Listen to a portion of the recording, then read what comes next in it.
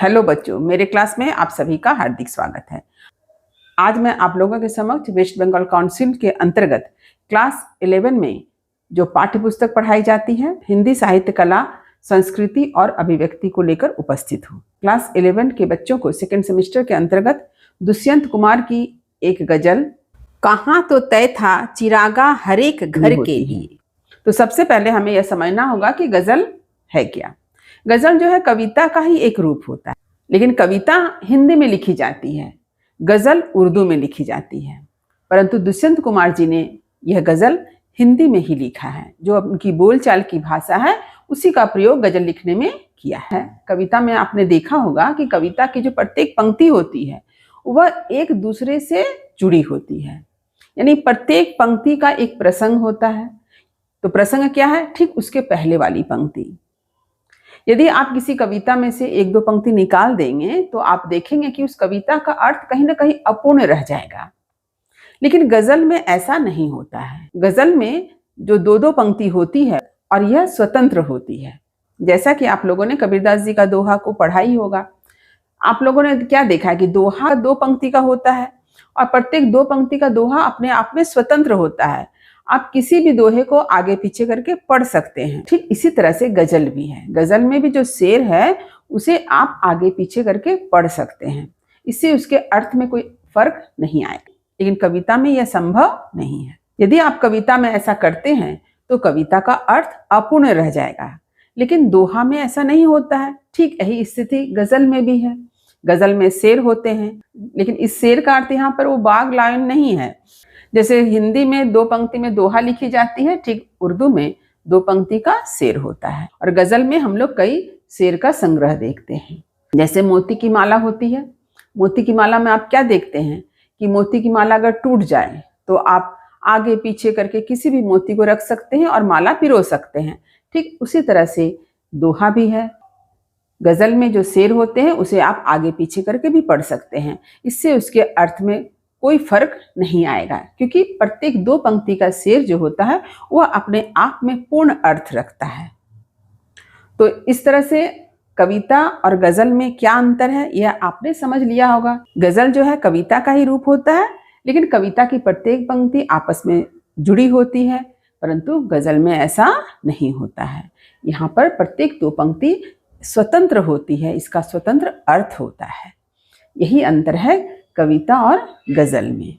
तो इसे आप हमेशा ध्यान में रखें। तो चलिए अब मैं सबसे पहले आप लोगों को गजल पढ़कर सुनाती हूँ, फिर इसके कठिन शब्दों के अर्थ को बताने के बाद मैं पंक्ति की व्याख्या करूंगी। तो देखिए इसका शीर्षक क्या है? कहाँ तो तय था चिरागा हर एक घर के लिए। अब गजल सुनिए।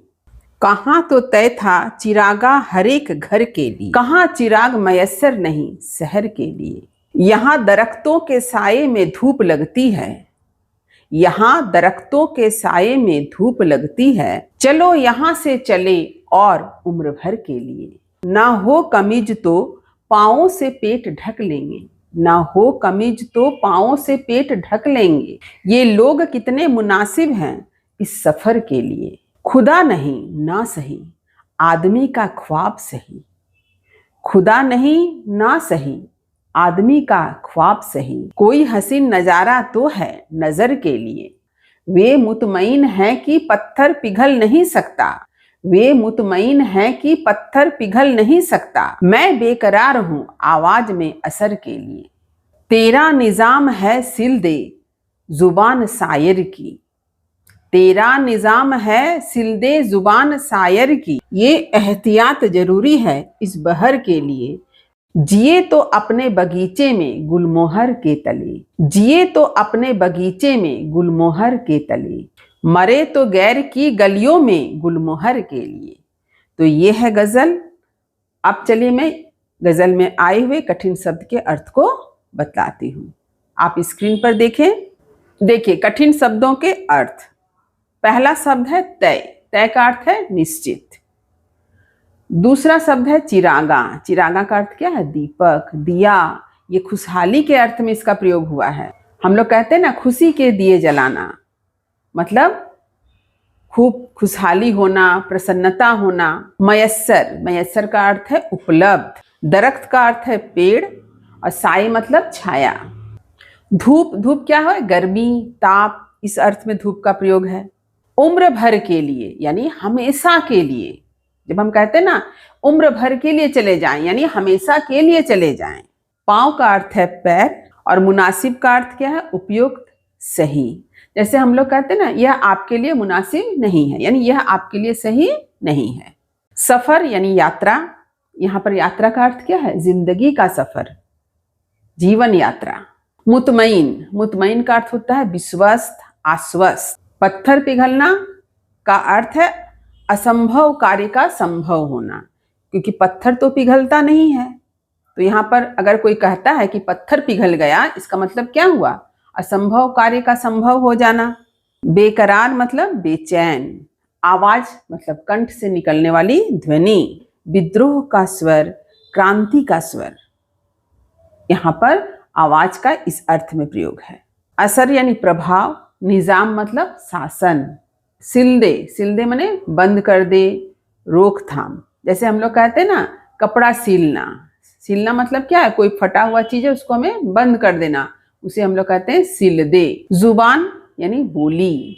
शायर का अर्थ है कवि। एहतियात मतलब सावधानी, कहते हैं ना एहतियात बरतो यानी सावधानी बरतो। हम लोग कहते हैं ना कि देखो रास्ते से जा रहे हो, थोड़ा एहतियात बरत कर जाना, मतलब सावधानी से जाना। एहतियात का अर्थ हो गया सावधानी। बहर कहा गया है कविता या छंद को। जिए यानी जीना। गुलमोहर क्या है? एक फूल के पेड़ का नाम है। आप लोगों ने गुलमोहर का पेड़ देखा ही होगा, उसमें लाल रंग के फूल आते हैं, आग की तरह लगता है देखने में। यहाँ पर गुलमोहर का अर्थ अधिकार की भावना से भी है। इसके साथ ही साथ ये स्वाभिमान, अधिकार का प्रतीक है। और गैर मने दूसरा। तो ये है कठिन शब्द के अर्थ, इसे आप हमेशा याद रखें। अब चलिए मैं गजल की व्याख्या करती हूँ। आजादी के वक्त हमारे देश के नेताओं ने क्या कहा था कि पूरे देश में खुशहाली आएगी, अंग्रेजों की गुलामी से मुक्त होकर हम स्वच्छंद रूप से जीवन यापन करेंगे, हमारे ऊपर किसी प्रकार का अत्याचार नहीं होगा, कहीं कोई भ्रष्टाचार नहीं होगा, लोगों का जीवन जो है खुशियों से भरा होगा। परंतु होता क्या है? ठीक इसके विपरीत। खुशियां जो है कुछ लोगों तक ही सीमित रह गई। गांव देहातों में रहने वाले लोग जो है अंधेरे में ही जीवन यापन कर रहे हैं। वे तो आजादी का अर्थ ही नहीं समझ पाए, क्योंकि आजादी की किरण उन तक तो पहुंची ही नहीं। इस तरह से वर्तमान व्यवस्था पर दुष्यंत कुमार जी ने प्रहार किया है अपने गजल के माध्यम से, और यह गजल आज भी प्रासंगिक है। तो पंक्ति क्या है देखिए। कहाँ तो तय था चिरागा हर एक घर के लिए, यानी आजादी के समय नेताओं ने क्या कहा था कि हर घर में खुशियां आएगी, घर घर खुशी के दिए जलेंगे, लेकिन ऐसा कुछ भी नहीं हुआ। कहाँ तो तय था यानी यह निश्चित किया गया था कि प्रत्येक घर में खुशहाली आएगी, खुशी की लहर आएगी, सब लोगों को अधिकार मिलेगा, सब लोग खुशहाली के साथ जीवन यापन करेंगे। परंतु ऐसा कुछ भी नहीं होता है। इसी बात को कवि ने व्यंग रूप में कहा है। कहाँ चिराग मयस्सर नहीं इस शहर के लिए। हर घर की बात तो छोड़ें, शहर में भी खुशहाली नहीं है, यानी खुशी की लहर जो है शहरों में तो दिखाई देती ही नहीं है। भारतवर्ष के प्रत्येक गांव के हर घर में कैसे दिखाई देगी जब ये शहर में ही उपलब्ध नहीं है। ये शहरों तक ही खुशहाली नहीं पहुंची है तो गांव तक तो पहुंचेगी कैसे। इसी सच्चाई को कवि दुष्यंत कुमार जी ने व्यंग रूप में प्रस्तुत किया है कि जिस समय हमारा देश अंग्रेजों के चंगुल से मुक्त हुआ, उस समय नेताओं ने यह घोषणा की कि हर घर में खुशहाली आएगी, परंतु यह खुशहाली शहर में भी उपलब्ध नहीं है। तो जब शहरों में यह खुशहाली उपलब्ध नहीं है तो घर घर खुशहाली आने की बात तो छोड़ ही दीजिए। ये जो तय किया गया था राजनेताओं के द्वारा, ये सारी बातें अब झूठी प्रतीत हो रही है। अब अगली पंक्ति देखिए। यहां दरख्तों के साये में धूप लगती है। देखिए दरख्त का अर्थ है पेड़, और पेड़ के साये यानी पेड़ की छाया। तो पेड़ की छाया में हमें क्या लग रही है? धूप लग रही है, यानी गर्मी लग रही है, ताप मिल रहा है। यानी पेड़ हमें छाया प्रदान नहीं कर रहा है। यहाँ पर देखिए विरोधाभास है। तो विरोधाभास कैसे है? क्योंकि साया में क्या होना चाहिए था? ठंडक का एहसास होना चाहिए था, लेकिन यहाँ पर साया में गर्मी का एहसास हो रहा है, धूप का एहसास हो रहा है, कष्ट मिल रहा है। जब हम किसी पेड़ की छाया में जाते हैं तो हमें क्या मिलता है? ठंडक, आराम। लेकिन यहाँ हमें क्या मिल रहा है? धूप, गर्मी, कष्ट। तो क्या विरोध देख रहे हैं ना, उल्टा एकदम। तो कभी क्या कहते हैं कि यहाँ दरख्तों के साये में धूप लगती है, यानी पेड़ की छाया हमें ठंडक प्रदान करती, परंतु यहाँ हो रहा है इसका ठीक उल्टा। यहाँ पेड़ की छाया हमें कष्ट दे रही है, यानी हम जिस समाज में रह रहे हैं, क्योंकि जिसे हमने अपना मसीहा समझा, हमने जिसे अपना नेता समझा, वही हमें अब कष्ट दे रहे हैं। तो अब हम जाएं तो कहाँ जाएं?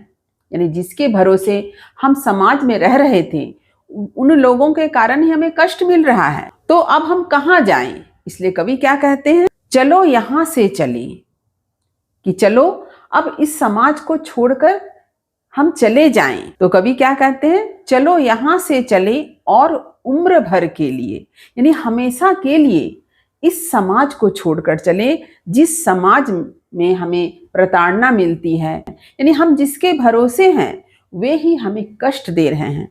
हम लोग देख ही रहे हैं कि आज हम जिस समाज में रहते हैं वह समाज ऐसा ही बन गया है। आप जिस पर भरोसा करते हैं वहीं से आपको धोखा मिलता है, और यह समाज अब हमें रहने लायक नहीं लग रहा है। इसलिए यहाँ पर कवि कहते हैं कि चलो हमेशा के लिए इस समाज को छोड़कर चले जाएं। कहाँ जाएं? इस बात का उल्लेख कवि ने नहीं किया, यानी हो सकता है कवि यह कहना चाहते हैं कि इस समाज को छोड़कर एक ऐसी दुनिया में चले जहां पर धोखा फरेब ना हो, क्योंकि अब हमारे समाज में सिर्फ धोखा और फरेब है। क्योंकि कवि ने आरंभ में क्या बताया कि जिस पेड़ के छाया में वो जाते हैं वहां से उन्हें कष्ट मिलता है, यानी जिस पर आप विश्वास करते हैं, जिस पर आप भरोसा करते हैं, वही आपको धोखा दे रहे हैं। यानी यह समाज अब रहने लायक नहीं है, क्योंकि यह समाज जो है भ्रष्टाचार, धोखा, फरेब से भर चुका है। अब अगली पंक्ति देखिए, ना हो कमीज तो पांवों से पेट ढक लेंगे। तो यहाँ पर कवि ने बताना चाहा है कि हमारे समाज में कुछ लोग ऐसे होते हैं जो अत्यंत गरीब हैं, अभाव में जीवन यापन करते हैं।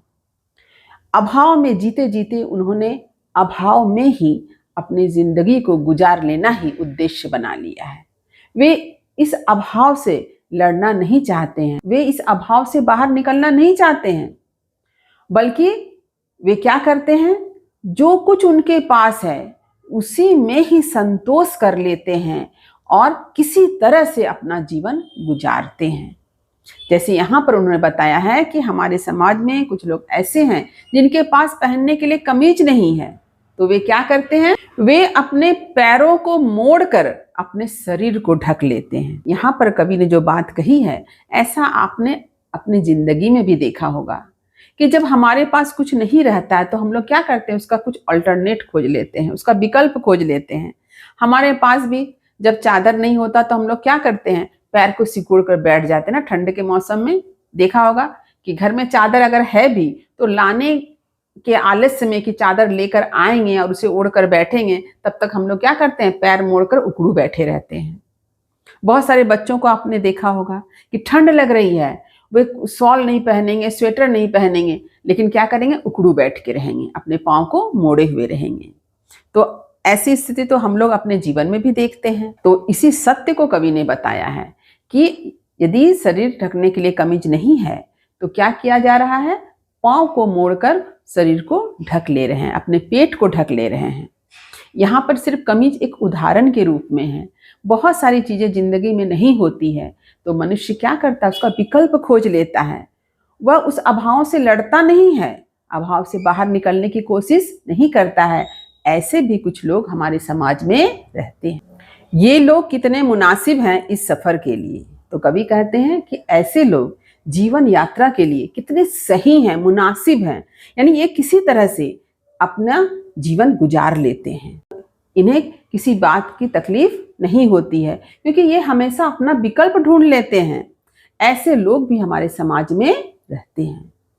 अब अगली पंक्ति देखिए, खुदा नहीं ना सही, आदमी का ख्वाब सही। कुछ लोग जीवन संघर्ष करते हुए हार जाते हैं। ऐसे लोग जो हैं ईश्वर पर भरोसा करते हैं और भरोसा करके आगे बढ़ते हैं। परंतु हमारे समाज में ही कुछ लोग ऐसे भी होते हैं जो कहते हैं कि खुदा नहीं है, ईश्वर नहीं है। परंतु ईश्वर पर विश्वास रखने वाले जो लोग हैं वह कहते हैं कि यदि कोई कहता है कि ईश्वर नहीं है तो ना सही, लेकिन मेरे आंखों में एक सपना है, ख्वाब है। और ये ख्वाब किसके सहारे है?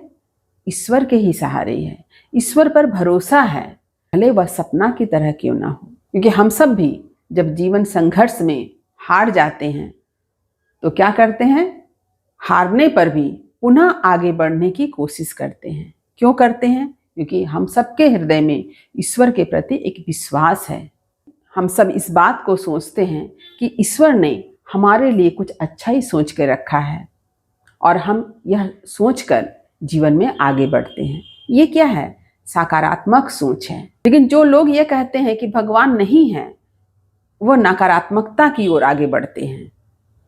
वे जीवन में निगेटिव हो जाते हैं।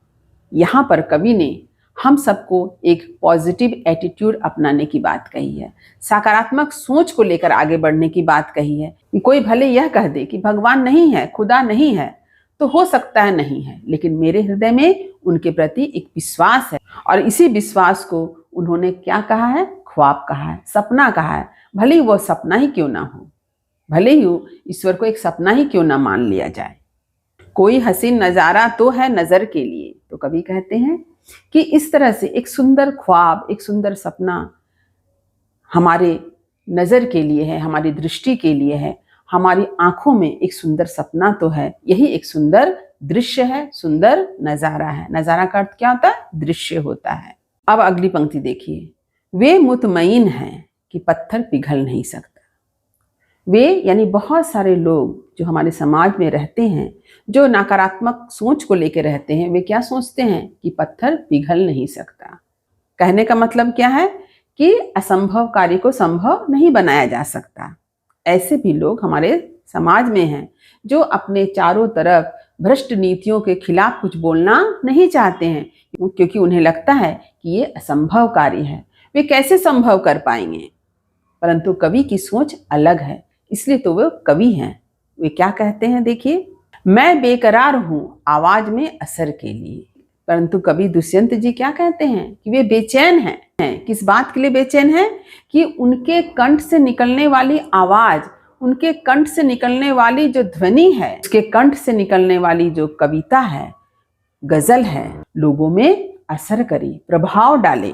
इस बात के लिए कवि के हृदय में बेचैनी है। वे अपनी कविता के द्वारा लोगों के हृदय में क्या लाना चाहते हैं? परिवर्तन लाना चाहते हैं, उनके सोच को बदलना चाहते हैं। क्योंकि दुष्यंत कुमार जी को यह भरोसा है कि पत्थर भी पिघल सकता है। दुष्यंत कुमार जी के शब्दों में, कौन कहता है आसमां में सुराख नहीं हो सकता? कौन कहता है आसमां में सुराख नहीं हो सकता? एक पत्थर तबीयत से उछालो यारो। कहने का तात्पर्य यह है कि दुष्यंत कुमार जी को कोई भी कार्य असंभव प्रतीत नहीं होता है। यदि मनुष्य के अंदर हिम्मत हो तो पत्थर भी पिघल सकता है, असंभव कार्य भी संभव हो सकता है। अगली पंक्ति देखिए, तेरा निजाम है सिल दे जुबान शायर की। यहाँ कवि कहते हैं कि जो कवि विद्रोह की बात करता है, जो कवि बदलाव की बात करता है, उस कवि पर शासक दल क्या करती है? प्रतिबंध लगा देती है। तेरा निजाम है सिल दे, इसलिए कहते हैं कि तुम्हारा शासन है।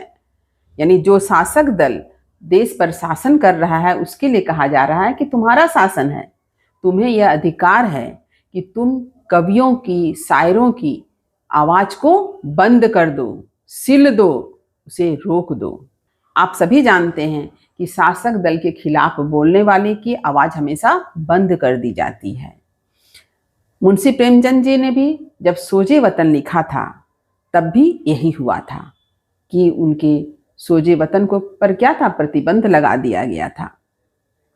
तो यह हमेशा से हुआ है। तो यहाँ पर भी कवि यही कहते हैं कि जब वे भ्रष्टाचार के खिलाफ, धोखाधड़ी के खिलाफ बातें कहते हैं तो शासक दल को अच्छा नहीं लगता है। तो वे क्या करते हैं? उन पर प्रतिबंध लगा देते हैं। ये एहतियात जरूरी है इस बहर के लिए, बहर यानी कविता। तो शासक दल के लिए एहतियात करना बहुत जरूरी है, क्योंकि शासक दल को सावधान होना ही पड़ेगा कि उनके खिलाफ कोई कुछ ना बोले, तभी तो वे शासन कर सकेंगे।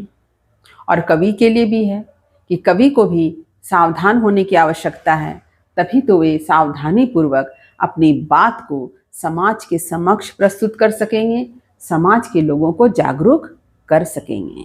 अगली पंक्ति देखिए, जिए तो अपने बगीचे में गुलमोहर के तले। कवि कहते हैं कि यदि जीना है तो स्वाभिमान से जिए। अपने बगीचे में जो गुलमोहर का पेड़ है उसके तले यानी नीचे स्वाभिमान के साथ, अधिकार के साथ जीवन यापन करें, किसी की गुलामी ना करें। इसके बाद कवि क्या कहते हैं, मरे तो गैर की गलियों में गुलमोहर के लिए। कवि कहते हैं कि यदि आपको खुद के लिए जीना है तो किसी की गुलामी ना करें, बल्कि अधिकार के साथ, स्वाभिमान के साथ जीवन यापन करें। और यदि आप दूसरों के लिए मरते हैं तो दूसरों के अधिकार, दूसरों के स्वाभिमान की रक्षा के लिए ही मरे। कहने का तात्पर्य यह है कि प्रत्येक मनुष्य को स्वाभिमान के साथ जीना चाहिए और स्वाभिमान के साथ ही मरना चाहिए। अपने जीवन में स्वाभिमान को प्रथम स्थान देना होगा। यदि हम स्वाभिमान को ही खत्म कर दें तो हमारी जिंदगी तो ऐसे ही खत्म हो जाएगी, फिर हमें गुलाम बनने से कोई रोक नहीं सकता।